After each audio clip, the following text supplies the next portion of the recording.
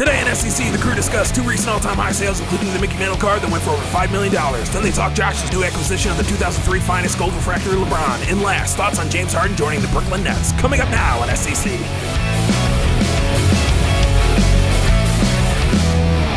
Welcome to Sports Cards Culture Episode 6. I'm Chris. I'm here with Nick, the show producer, Kristina's PC on Instagram, and Josh of Cardboard Chronicles. And today, first thing we are going to talk about is all these all-time highs that are happening here in 2021. So every night at around 4 a.m. Central Time, that's right, 4 a.m., we publish 8 headlines to the Card Ladder newsfeed. Some of these headlines then become the basis for Card Ladder social media posts that you can see on Instagram, Twitter, Facebook, TikTok, etc. These headlines almost always are focused on record high prices that were set the day before. And seeing which cards buyers were willing to spend unprecedented amounts of money on tells a really important story of the hobby, in my opinion.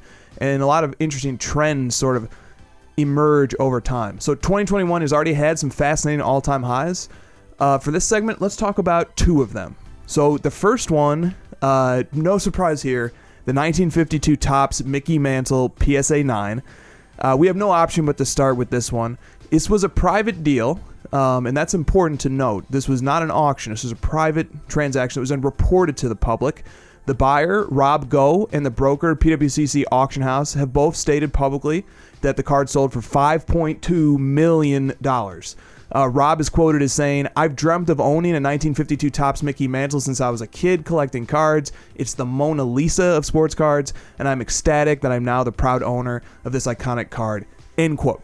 Okay, so Card Ladder has 2 transactions of this card in its database. The prior transaction was a sale with Heritage Auctions. It sold for nearly $2.9 million at auction on April 19, 2018. And then the second transaction is Rob Go's.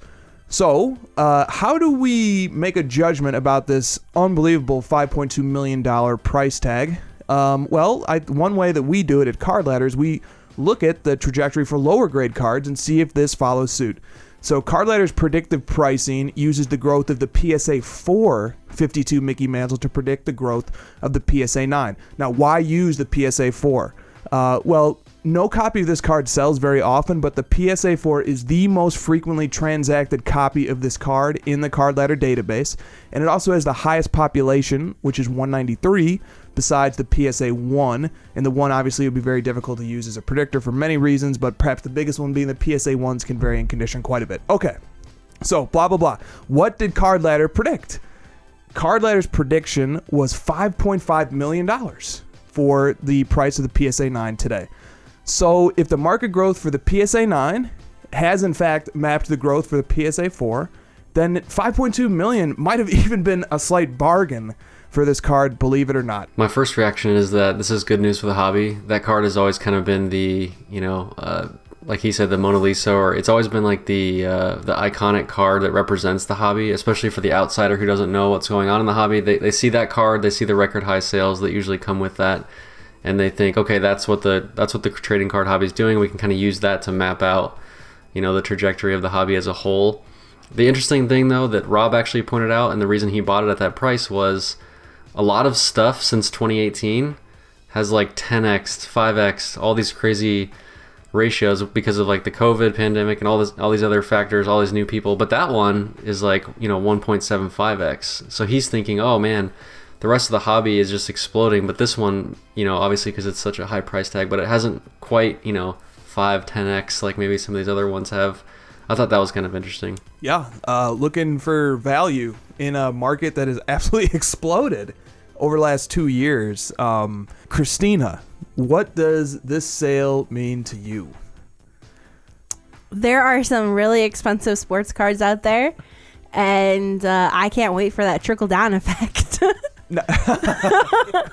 Josh, what does it say to you that even people from our generation are going back several generations to pluck pieces of hobby history that have always been important and kind of led the industry? I think it says that people in our hobby have an appreciation for the history of the hobby, and they understand the importance of some of these older vintage cards. And I think, he stated like maybe as a kid he's always wanted this card, and when he was a kid, that was one of those cards even then that was just, it was almost like it was almost like a dream to even, think of owning it. It's a pop 6. If you think about that card's population in a high grade, I think the pop 10 is like a 3. It's just like an incredibly rare card. And even you said the highest pop of the 4 is 133. Dude, Prism cards are like thousands and thousands, and this is like a base card from vintage from the 50s, and there's the population's so low. There's just so much historical significance to the card, and it's cool to see, people that didn't necessarily grow up watching Mantle understand the value and the significance of that card. Agreed. Okay, let's talk about one other all-time high that's already happened in 2021. Perhaps not as mind-boggling because the number isn't as big, but definitely mind-boggling in other ways. So the other one I want to talk about is the 2013 Prism Gold Steph Curry BGS 9.5. So the headline for this sale read, the 2013 Prism Steph Curry Gold BGS 9.5, which is a pop 6, set a staggering all-time high when a best offer of $37,000 was accepted on eBay on January 4th, 2021. The card sold for $165 5.5 years ago in May of 2015. It's up 22,324% since that first eBay sale, and it has sold 5 times since. So Card Ladder has identified and sourced 6 sales of this card going back to 2015. If you click the View All Sales button, you will see links on that card's profile, so you can actually click and see the picture of the card, see the information about the sale and the date. All right, Josh, I want you to talk to me a little bit about Prism Gold. Why does this non-rookie card of Steph Curry, not even first-year Prism card of Steph Curry, why does it command such a staggering premium? Well, we all know that Prism drives the market for basketball cards and sports cards, really, for that matter, right now. And the Prism Golds are they're just like the most iconic, most sought-after version of the Prism cards. And there's only 10 copies. And we're talking about, for Steph Curry, we're talking about like 60 to 70 total gold Prisms. I think maybe 80 now with this newest year, and this is like the second year of it. There's only so many of these to go around, and if people want like the best Steph Curry Panini card, look no further than a gold Prism, really, from the second year. I recently sold the LeBron of this card, and now I'm feeling like, man, I probably sold it too cheap. Oh, that's the story of the hobby. It just repeats itself over and over again. But we will hear the other side of the coin in the next segment, actually. So that's a very nice foreshadowing here. Kristina. Yes. Are you a fan of Prism Gold? I am. Would you care to elaborate? No. No, she just is. No, I'm kidding. I think it's a very iconic card, right? Like gold, shiny. Anthropologically speaking, humans are attracted to shiny objects. So we have this shiny card in a very well-known set that, as Josh said, is like the baseline of the hobby, especially for basketball and football, obviously. Baseball, not so much. We haven't caught on. But so I think that the gold, the rarity, the only 10, it's more desirable than some of the other low-numbered Prism cards and Prism colors due to the fact that it's gold. Gold means money. Gold is pretty. You put gold on yourself to like dress yourself up to go out. So like in culture, we have a lot of like gold is awesome that is then brought over into sports cards. And I'll just add to that, the thing that I like a lot is the consistency of gold across time. There's very few parallels that have retained the same serial numbering, the same color scheme, the same prestigious position in sets the way that Prism Gold has. But similarly, Panini has very effectively, one of Panini's best contributions to the hobby, in my view, is the institution of the gold parallel out of 10, which applies across sets and across products. Select Gold's out of 10, on and on. Optic Gold is out of 10. Every gold is out of 10. I think the consistency of that will cut through the noise even more as time passes. Okay, the next segment, 2003-04 Finest Basketball. One of my favorite parts of the hobby is when collectors speak about cards they've chased for a long time and they acquired. And Josh here recently landed a card that he had been hunting for quite a while. So I'd like to talk about that card a little bit. So Josh, obviously the card I'm referring to is the 2003 Finest Gold Refractor LeBron PSA 9. If you have the card with you, would you just maybe show it off for a second? And if not, still, please tell me a little bit about your journey to acquire this card. There it is. Speaking of golds, LeBron rookie gold. So just talk to me about this card a little bit, man. Yeah, I mean, I've been after that card for as long as I can remember. As long as I can remember being in the hobby, it's just it hits like all my favorite checkpoints. Like we talked about gold. You know, gold is like the best parallel in my opinion. I've always chased after all the golds. It's a rookie, and then from his rookie year, if you're talking gold, you're talking about Topps Chrome, you're talking about Finest, and you're talking about Bowman. And of those three, the Finest is by far my favorite design-wise, aesthetically. And you know, I'm all about like finding cards that I like aesthetically. And so it just like is the perfect apex of a card that hits all my favorite things, and I've just always wanted. And it's numbered to 25, so it's also like incredibly rare. And you know, it's eluded me for years. It's just one, it's hard to find, and then when you do, you know, the seller never wants to sell because you know it's a rare LeBron rookie card. Nobody wants to sell that, and then it's expensive, so you got to figure out how to sell stuff, and it's just you got to find that perfect opportunity to, you know, find it at the right price with the right seller at the right time, and finally the opportunity came up and I was able to get it. One of the things about golds to me that is so intriguing is that you definitely cannot just say, wake up one morning and say, I'd like to own the 2003 Finest Gold LeBron. I will now go buy it on eBay. It does not work like that. And that's one of the most appealing parts about a card like that to me. You could even go to a show like the National and you might not see one there even. So talk a little bit about the satisfaction that comes from having hunted and pursued this card and had it on your radar for years and then finally landing it. Yeah, I mean the chase of rare items is kind of like the driving force for all collectors, really. You know, anyone can collect or invest in common commodity cards that you can have on eBay, but only a select few can actually put in the work to find the rare stuff. And you know, all other collectors know exactly what I'm talking about when I say, like, you know, the satisfaction you get in actually completing a deal for a grail, as we call it. I mean, a grail is, you know, it's a rarity, it's expensive usually, it's something you've been chasing after. It kind of is all those things, and it's really the chase. And once you have it, you know, the chase is over, so you got to kind of find the next thing and move on. Yeah, it's to me, the apex of landing a sweet card has always been like when it's in the mail.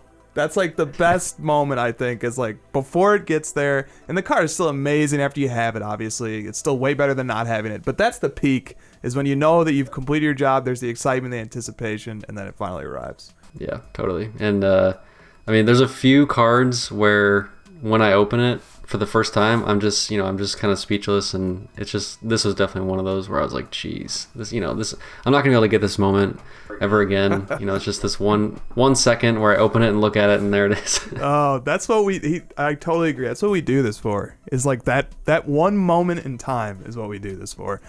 Okay, let's talk a little bit about 2003 Finest basketball. It is a very unique and a highly collectible product with a very different configuration than today's products. So according to Cardboard Connection, each hobby box is comprised of 3 mini boxes, and each mini box has 6 packs. So each mini box has 1 relic or autograph card, bringing the total number of mem cards to 3 in the big hobby box. The base set only had 3 parallels. Only 3. There was a refractor numbered to 250, the gold refractor numbered to 25, and then an X-fractor, which is a 1 of 1.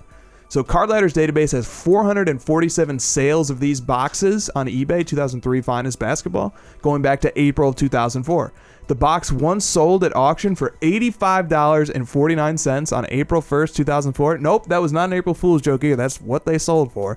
The box most recently sold via best offer for $4,250 on December 24th, 2020. So the box has appreciated 4,871% over the last 16 to 17 years. eBay currently has 2 boxes for sale, and the cheaper of the 2 is $6K OBO. Now, while the box's ROI is astonishing, the LeBron base in PSA 10 has done even better. So the base set rookies are numbered to 999, and the PSA 10 LeBron is only a pop 39. It last sold for $20,100 at auction on eBay on January 12th, 2021. The earliest sale in Card Ladder's database again goes back to April of 2004, when it sold for $381.23. that means this card's all-time appreciation is 5,172%, edging out the box by 301%. So, Josh, that's a little bit of background on Finest. Tell me a little bit about the significance of the brand Finest in the hobby. Well, Finest was the first brand to actually bring refractors into the market, or as we know them today as prisms. You're basically your chromium surface, your shiny cards.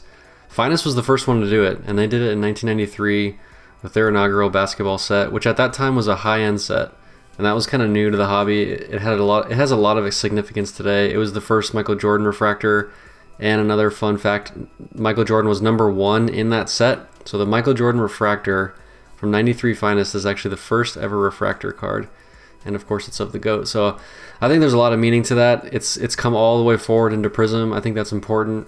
At the time of 2003, Finest was actually more of like a low-end product. It was a little bit more seen as like the little brother to Chrome at that point, because in 1996, Topps Chrome came out with Kobe Bryant's rookie year. So it came in with a much bigger splash than 93 Finest. Topps Chrome kind of took over as the flagship brand for Chromium, and Finest kind of took a back seat. But today, as we look back on that kind of stuff, it's basically like, how do you look at it aesthetically? Obviously, the Topps Chrome still carries like more weight than Finest, but the two have sort of, like, you're pointing out that Finest value's gone up a lot, and it's caught up to Topps Chrome, I think, just because, we look back on those kind of fondly now, more so than at the time of, Prism versus Optic, which is maybe kind of like the correlation today between those two. So some interesting things to think about. Now, where does LeBron's Finest rookie card rank among all of his rookie cards, in your opinion? Man, I mean, you obviously have to go exquisite LeBron stuff first. You probably go for like the 99 RPA first, then you maybe go to like his limited logos and some of his other exquisite insert sets, and then you go to Topps Chrome for sure. And then you probably go to like SP Authentic, his rookie auto out of 500. Then you probably go to Ultimate. Those are going to be up there as well. The Ultimate Collection, that one's autographed number to 250. And then I'd probably go Finest after all of those, probably in that order. Nice, but there are many great LeBron's rookie cards in many different ranges. So still, to crack the top 10, that puts this card on quite a pedestal in the LeBron rookie canon. Kristina, would you buy a box of 2003 Finest basketball at $4,200 or so? Remember, there's one on eBay for $6K OBO right now. And would you rip it? Or would you rip maybe one of the mini boxes and save 2 of the other ones? What would you do? Okay, first of all, if I'm spending $4,200 on a box of basketball, I'm looking at 2018 so I could hit Luka. Sorry, Josh. Not hunting LeBron. But, of course, if someone delivered to me 2003 Finest, I would rip that shit so fucking quick. I would rip it. Rip it all day, every day. You got to rip it. And Josh is probably cringing. But if I hit that LeBron, he would be so happy for me. So yes, he would. But the LeBron 1 of 1 is not in there. We know that because Bob M. Track on Instagram has recently shown it off. And oh man, that guy's Instagram alone, I think, is raising the LeBron market 20% across the board because it's so cool to see such an amazing LeBron PC assembled and to know the location of so many great cards, including the 101 X Fractor from 2003 Finest, which he has. All right. What's the price of Prism box? Isn't it like Prism 2018 Hobby is over $6K? Yeah, it's right under $7K right now. And it fluctuates a little. Yeah, and considering that, so this is the Finest is like cheaper. It's almost like half the price. Yeah, it's cheaper. You got Dwayne Wade rookie potential out of $9.99, LeBron out of $9.99, Bosch out of $9.99. Just it's a very cool product. Wade and some of the other Carmelo rookies, I believe were sticker signatures, if I remember reading that correctly. So just really cool array of cards in there, and not an overwhelming supply of cards either. So like. You know what you're getting, and your odds are much better to hit something sweet in one of those boxes. Yeah. All right. So are you going to buy that box for me to rip? It'll be a good Christmas present. Yeah, right. All right. I expect it under my tree, signed from Josh and Chris.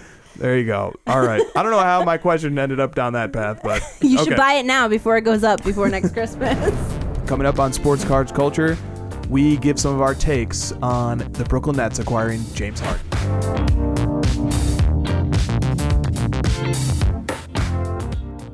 The future is now. Card Ladder is the fastest growing sports card app on the market. The best tools to help you track your cards, watch the trends, stay informed, compare cards, and track the growth of your personal collection. All in one simple and intuitive platform. Join the innovators, not the imitators. The best sports card app on the market. A stock market for sports cards. Card Ladder.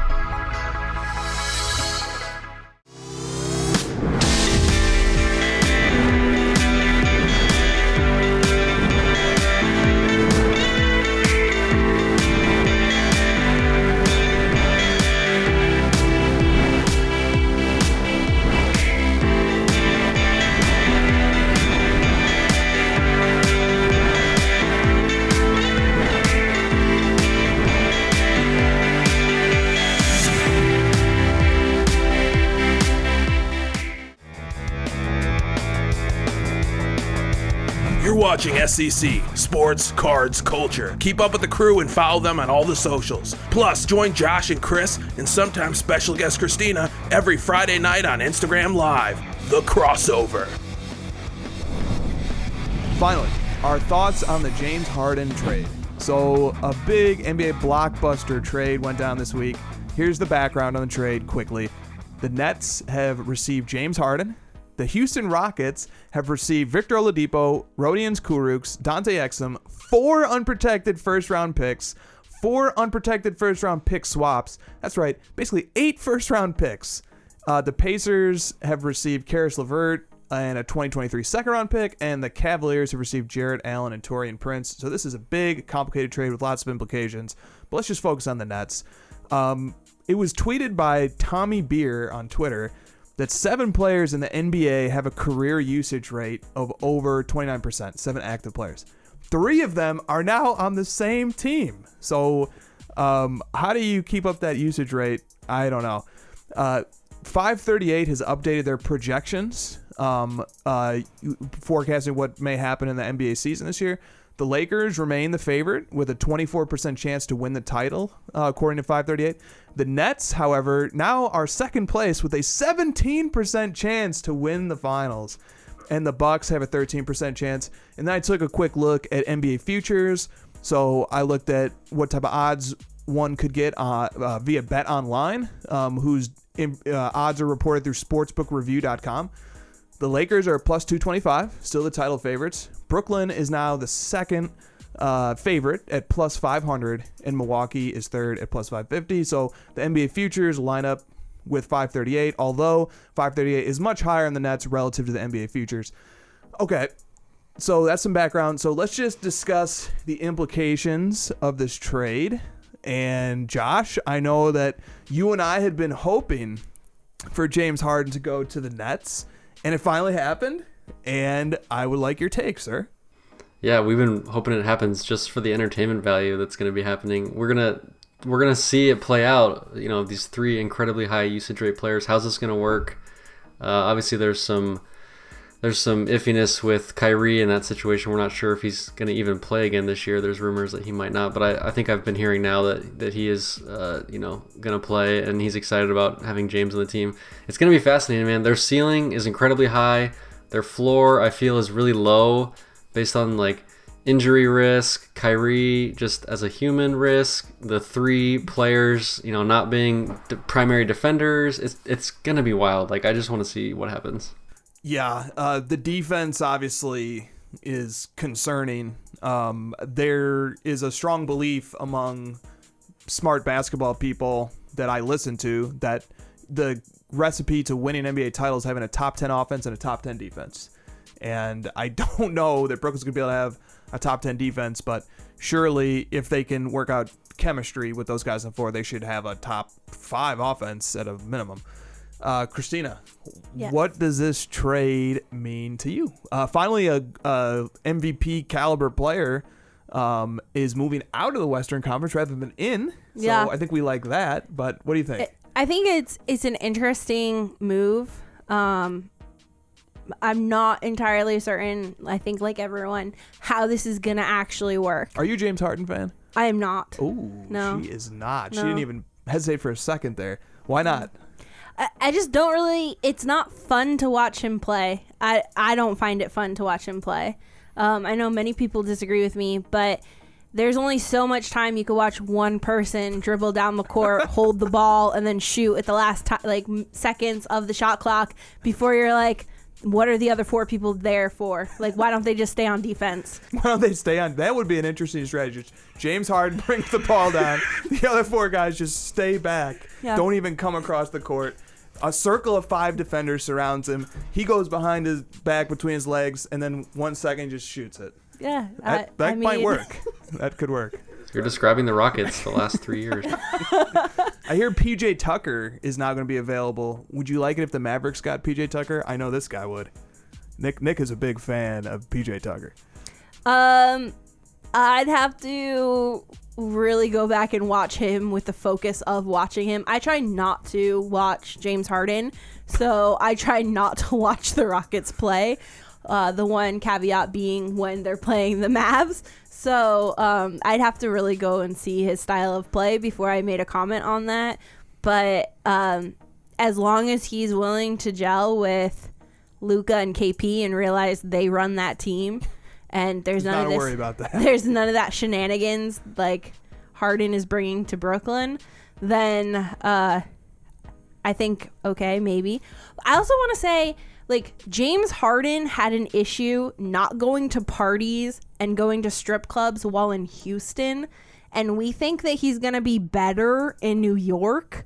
Whoa. Like, are we all on the same page that like this is a good idea for the league and for like optics of like your players are in control when you already have one person on that team who's not in control? I